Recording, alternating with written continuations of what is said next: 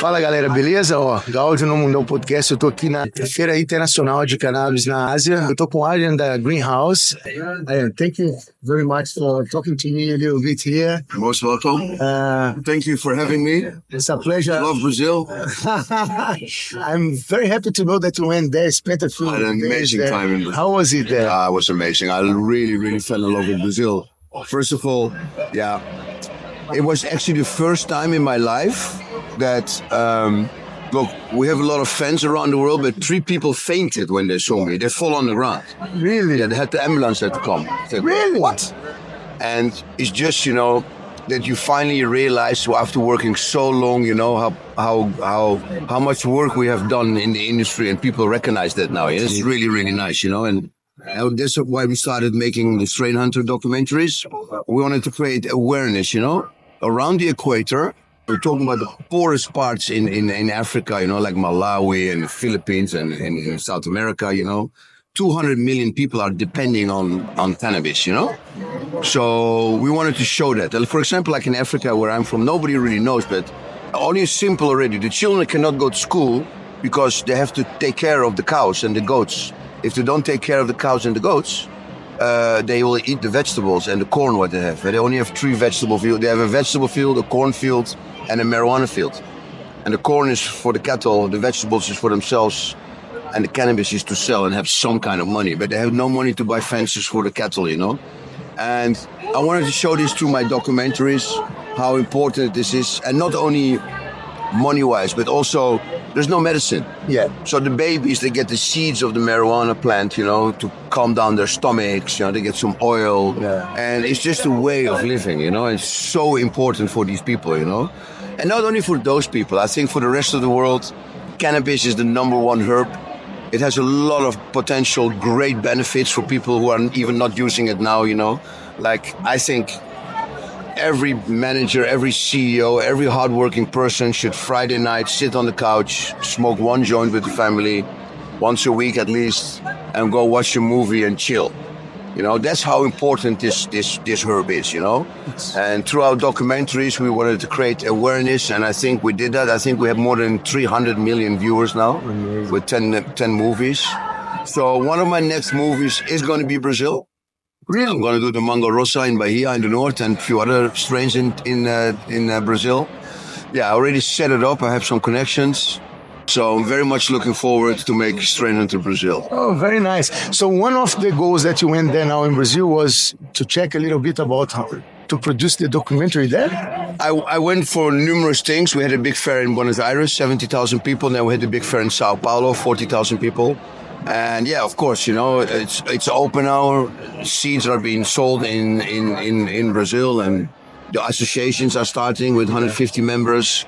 So yeah, and you know, no, look, you cannot deny. Like I live in Thailand, I live in Spain, and I think Brazil, yeah, is one of the nicest countries to be. You know? It's very special. So how was it for you, the reception there from the fans there in Brazil? You went there for Expo there as well. I went for the Expo in Sao Paulo. I went first 3 days to Rio, then I went 8 days to Pantanal. And then I did 5 days Sao Paulo. Yeah, the reception was overwhelming. I still get goosebumps. People were like so happy, and I think in the 40,000 people that came, I did 10,000 pictures. I could not stop. I needed 2 bodyguards to walk to the toilet. It was undoable. Amazing. It was really amazing. People are so passionate, you know, which is what I really like, you know, because we're passionate about our product. And there in Brazil, the people, because it was locked down, you know, it's one of the last countries to be liberated. So marijuana is possible now, you know, you can grow 6 plants. And before it was all very complicated, you know, because of the Brazilian government and all kinds of rules. So yeah, people are, you know, they're like overwhelmed and happy, and they can smoke now. And I was with famous Japanese chefs, 2-3 Michelin stars, yeah? And they all grow and they all smoke. You see? Yeah. It was like very surprising. So do you see Brazil as a very strong potential market for cannabis industry in general, not only the recreational aspect of the of cannabis, but the medical and definitely. It's 230 million people living in Brazil. It's a very big community, you know, and people really like to smoke, you know. Yeah. So I think the potentials of Brazil are amazing. Tell us a little bit about your time in Pantanal. You were showing me pictures a little bit earlier about Pantanal. I could see how excited you got talking about this experience. How was it for you? Well, look, I as everybody know, you know, I'm a big fan of nature. You know, I'm original from Africa. I grew up in the most crazy countries. I lived in 10 countries now. I live now 2 years in Thailand. I visited 103 countries on my list, so I'm a member of the 100 country club. My oldest daughters visited 57 countries, and my son's 45. Nice. So we're really getting there. So I did Pantanal, and one of the very important things for me, look, I'm from Africa. I see the big five, yeah? It was in my garden, the fucking elephant and the rhino and the giraffe and everything. But I wanted to see the jaguar. And you saw it. And we saw the jaguar. I even saw a jaguar catching a small caiman, you know? So it was quite amazing. Well, you saw the footage. Yeah. I was 10 meters away waiting, and the thing came out of the bush, you know, on a little lake, and he was just walking there. And then he started eating grass, and he didn't even look at us, yeah? And I was standing there with my car with the lights on, you know? And I was with Mario Copetti. He's one of the cameramans from National Geographic, and he took me around everywhere, you know? We do 5 o'clock to 8 o'clock in the morning, and then in the night we do the same, you know, when the life starts, you know. And in the day we chill. Yeah, I love the Pantanal. I went on purpose to Pantanal because we were Googling a lot, and it's more easy to see animals in Pantanal than in the Amazon, because Amazon is more dense, you know, more forest. And Pantanal is more open waters, and it's amazing that that part of the world is a little bit unknown to, I would say, the rest of the world. Yeah. Everybody knows the Amazon, but nobody knows Pantanal. But Pantanal with the boat, bro. It's amazing, shit, amazing bro. Place. Right? It's a little bit like, you can't compare it like Okavango Delta in Botswana. I was there 3 years ago with my family. Also a beautiful place. But Pantanal is amazing. Yeah, South America has got beautiful things. For me personally, the most beautiful area in the world is Patagonia.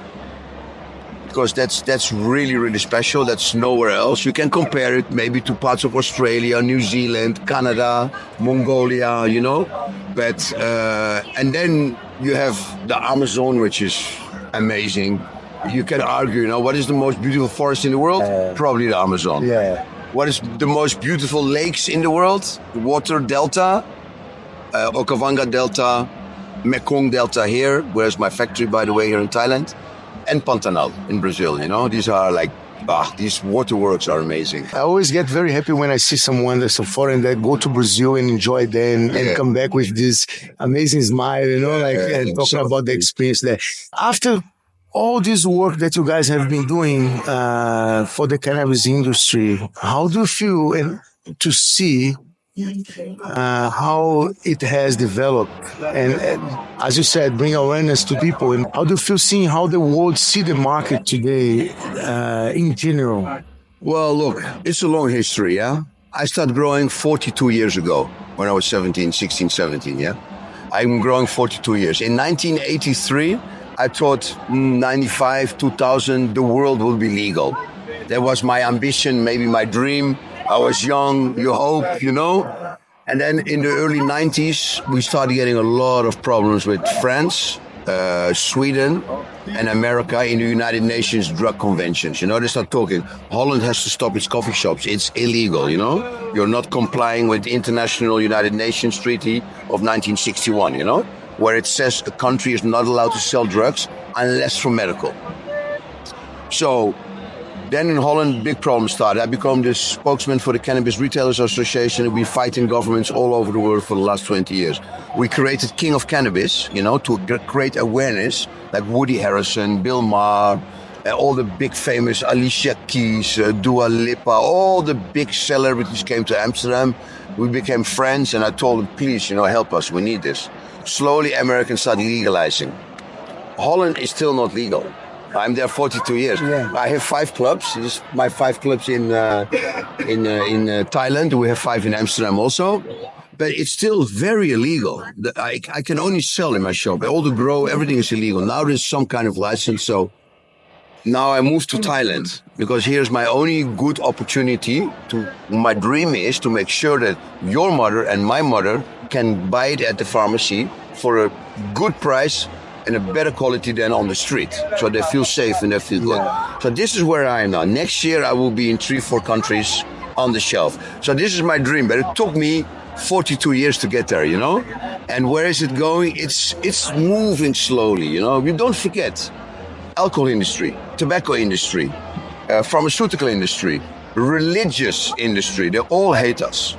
They're all against us. Yeah, the alcohol know that if you smoke, you don't drink 6 beer, but you drink 2 beer.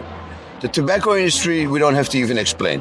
Pharma, we also don't have to explain. Everybody know we are the big enemy of pharma, yeah?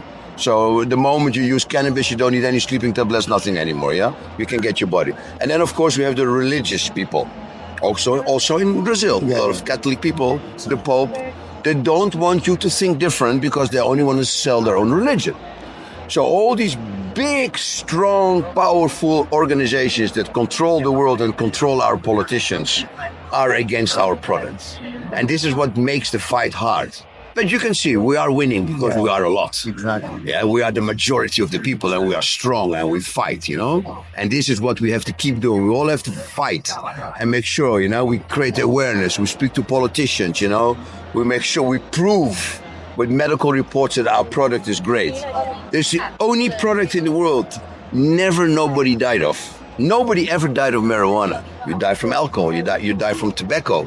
You die big from pharmaceuticals. Yeah. Look in America now, 300,000-400,000 young kids are dead because of fentanyl and oxycodone and all these fucking shit products, yeah? And the government made these fucking shit products legal, yeah? It's crazy.